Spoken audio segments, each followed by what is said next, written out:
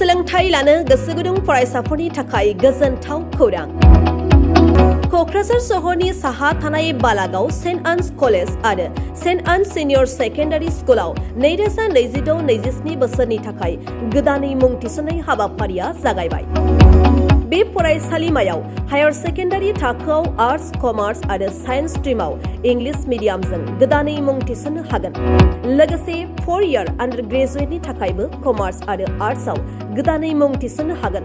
4 year आन्डार ग्रेजुएटनि आर्ट्सनि थाखाय English, Bodo', Assamese, political science, education, economics, history आरो sociology आयदायाव मेजर लानानै सोलोंथाइ लानो हागोन आरो बिकमनि थाखाय फाइनान्स, एकाउन्टेन्सि, मार्केटिं, मेनेजमेन्ट आरो HR मेनेजमेन्ट आयदायाव मेजर लानानै सोलोंथाइ लानो हागोन।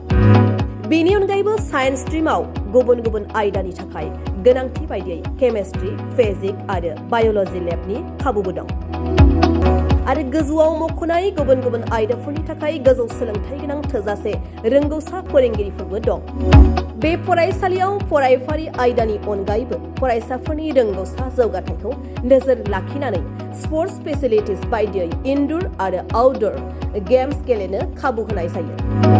लाइब्रेरि फेसिलिटिस, वाइफाइनि फोनांजाब राहाजों इन्टारेक्टिभनि राहा आरो smart board, classroom, air condition computer lab आरो बेजों लोगोसे माखासे फरायसाफोरनो रिमिडियेल क्लासनिबो खाबु होनाय जायो।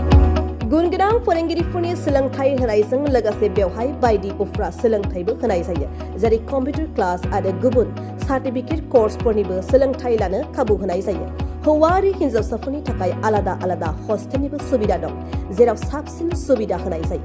बेनिखायनो जायफोर फरायसाफोरा गुन गोनां सोलोंथाइ लानो गोसो दं, नोंथांमोना क'क्राझार बालागावआव थानाय सेन्ट आन्स कलेजाव मुं थिसननो हासिगोन।